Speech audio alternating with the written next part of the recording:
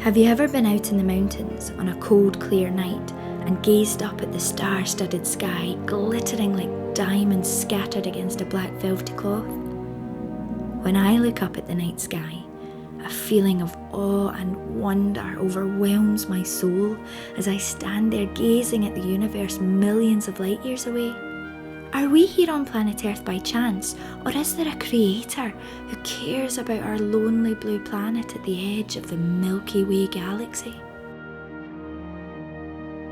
If we go on a journey back in time when the Earth was silent, dark and void, we will find our answer. Once upon a time, God's Spirit moved upon the face of the waters, and God said, "Let there be light." And immediately there was light. God saw that the light was good, and he separated the light from the darkness. And there was evening and morning, the first day. Ah, the wonders of creation. What did God have in mind for the earth as he created his masterpiece? The crown jewel of the creation fiat was mankind, created to love and be loved. The earth in all its stunning beauty was created for the enjoyment of Adam and Eve and all those who would be born on the earth. On the seventh day of creation, God gave humanity a precious gift, the gift of time to spend in nature and with him. Apart from the burdens of daily life, he marked off the seventh day each week as holy time and created the weekly cycle the world still recognises today. The book of Genesis says, "Then God blessed the seventh day and made it holy." He placed this day of rest into the DNA of the first week to be remembered by every human born on planet Earth from that time forward. Since God created this special day in a perfect world, it makes sense that it is even more important for us today. Now, fast forward in time 6,000 years. By now, sadly, most of the world has forgotten their creator. Each week, people rush on, never so much as lifting their eyes to heaven to remember him on his holy day.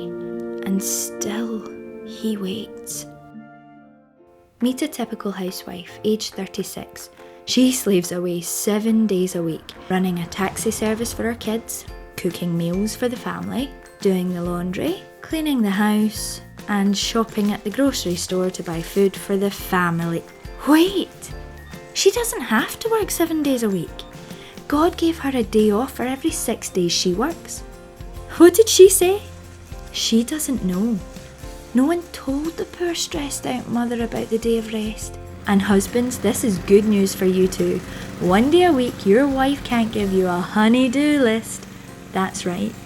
Honey, I need you to take out the garbage, mow the lawn and fix that hole in the fence. Oh, and be sure to wash and vacuum the car. It's filthy. When you get that done, you can go and play with the boys. No dear, not today. I don't have to. God said so. I'll mend the fence tomorrow.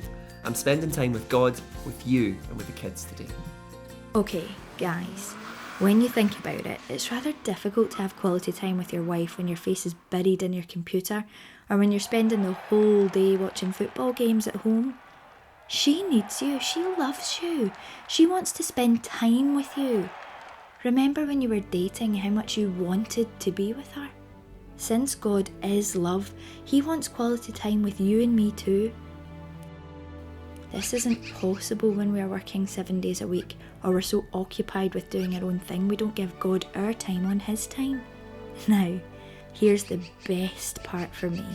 All those things that tug at my mind during the week, the things I have to get done, well, they don't burden me for a full 24 hours. I'm free, really free from the cares of life on the 7th day. Okay, it sounds great so far, but does it matter which day you take off each week? I mean, all days are the same, aren't they? Well, not exactly. God said the 7th day was the Sabbath, not the 4th, the 5th, or the 1st. I mean, your birthday's your birthday, the day matters, right? I was a young child when I first discovered the 7th day was the Sabbath. I remember sitting on my bed reading my Bible, and there it was, in black and white, as plain as day. The words, "Remember the Sabbath day to keep it holy." 6 days you shall labour and do all your work, but the 7th day is the Sabbath of the Lord your God." I was confused. The 7th day?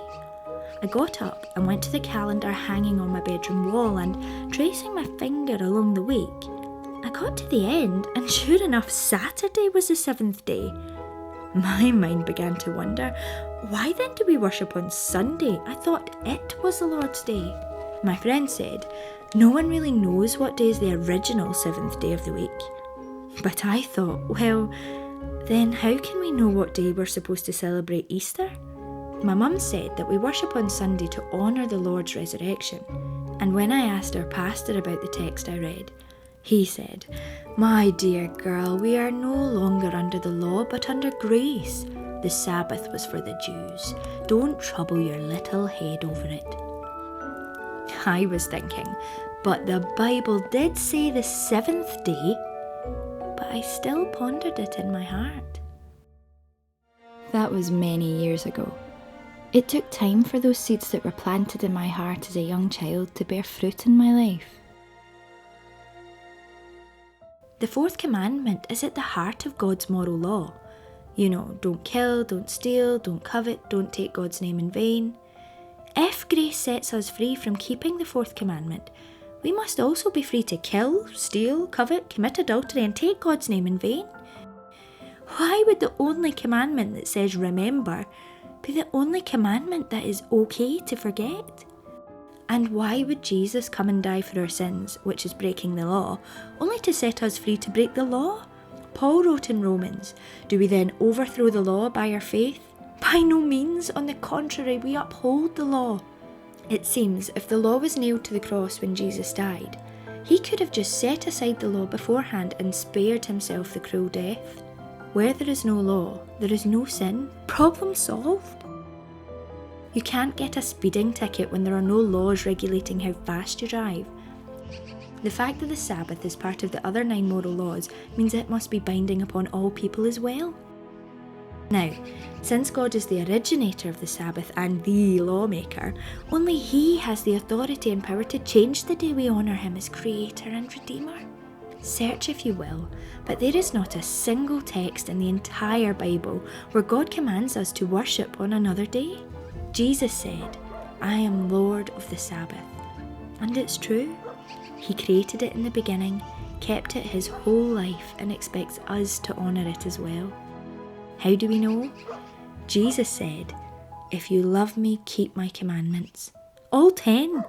James said, if you break one of the commandments, you really have broken them all. Why? Because they are based on love. The Sabbath is like the wedding ring people wear on their hand when they get married. It says, I belong to him, he belongs to me. When people see the ring, they know you have joined yourself in a sacred pledge to always love your spouse. In the same way, the Sabbath is a sign of our allegiance to the one who created and redeemed us. Moses said in Exodus 31, "Surely my Sabbaths you shall keep, for it is a sign between me and you throughout your generations, that you may know that I am the Lord who sanctifies you." Do you love Jesus? Why not enter into his rest? Can you think of any reason you wouldn't want to worship on the only day he asked you to remember? The day he created for a perfect world. A day carved in stone, written by the hand of Jehovah himself. Something to think about.